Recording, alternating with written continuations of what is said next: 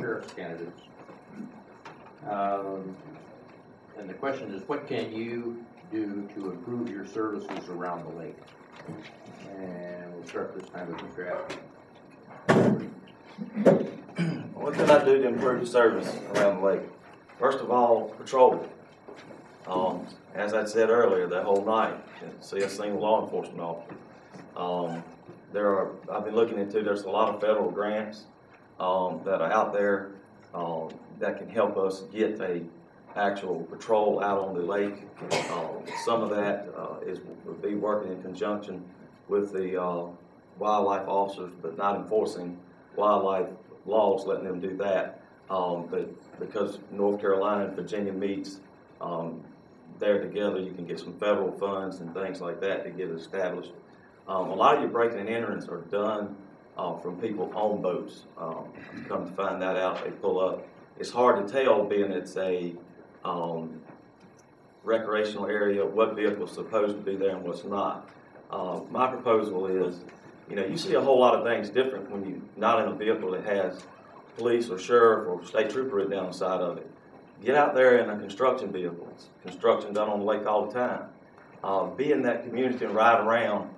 And if you see something that looks like it's going to be potentially illegal, call an officer that you already have in that area to come out and investigate it so that you don't blow your cover.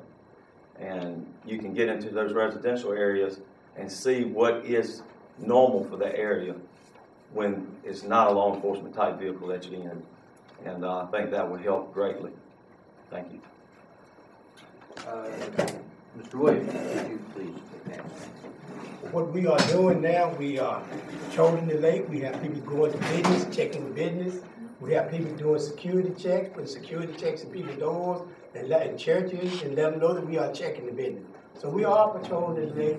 We have an individual we trying to, right now he's spending about 75% of his time up here on the lake. We have at least 7 officers in the lake area from Nakaba all the way down. We have 7 deputies all the way inside that live in this area. And also, now we will continue to do the best we can with what the commission allows us to have. They talk about grants. We applied for the COP grant, but the commission refused it. So we're not doing it. If the commission don't support it, then I can't do nothing about it. That's their choice. That's 3 of them folks. But I can tell you, in reference to the incident, you said leadership you can trust. You can't trust what he said because he's not telling you the truth. This young man had a state inmate that was involved with in federal court, superior court. And the law says that you must get a judge, a DA, approval to get that inmate out of jail. So he got the inmate out of jail and assaulted the officer, and the officer didn't want to take the warrant out. And what happened was I had to react to protect the county because the inmate is our problem, the citizen problem. And he grew in and got him, and 3 people told him. A supervisor from Johnson County Probation, a supervisor from Warren County Probation. He even called me, and I told him how to do it. Go to a judge, a Superior Court judge, and get a signature. Go to the DA and get a signature. And you can use the inmate, but he chose not to do so. So that's why they got blocked out. But when the problem left, the problem resolved, we unlocked the door and let them back in. And that's the way I operate. Be fair, consistent with everybody.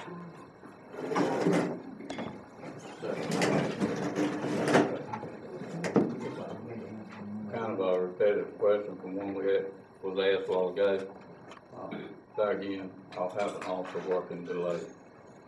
One assigned to the lake during the day. The next shift comes on. There will be here.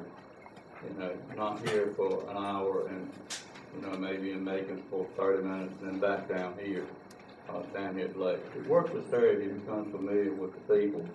Becomes familiar with what cars belong at which houses. If you see a car, you know that this person owns these 2 cars. And you go back 10 o'clock at night, there's no lights on. You see the owner that you know who lives there, their car gone. You see a strange car in the yard. You stop and check. But you have to stay in the area and work the area and learn the people and learn the vehicles that belong. Learn your surroundings. And the way to do that is to work it, to work it, to work it, to work it. And when they're assigned to the area to work, they become familiar with the area and the people. As far as the grants, let me just say this.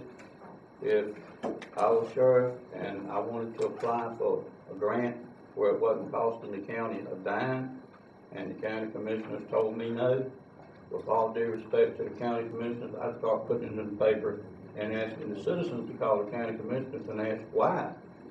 They don't want something that, you know, also it's not gonna cost them a penny for 3 years. You know, call them and ask them why. I find it hard to believe, I'm not calling anybody a lie that wouldn't dare, because I wasn't there. But I find it hard to believe that if you present something to county commissioners that, hey, we can get 3 officers for the next 3 years and it's not gonna cost us a penny.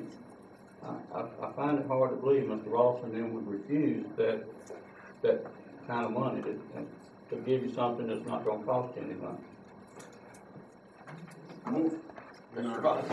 Most grants that's applied for, it has to be matched by county funds. So sometimes when we don't have the funds. So you know, the cops grant was 100%. There wasn't any matching. Officer salary for 3 years. What kind are you talking for cops? Cops grant. It's on file that we applied for when it first came available in my office, and that the county commission didn't refuse. At that time, they refused to accept it. Yeah, there's some other details in Right. that, though, for that.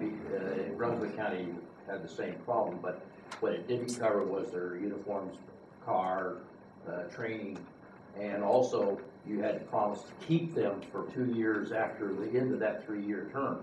1 year, and so you had to pay the full price of it after that. All right.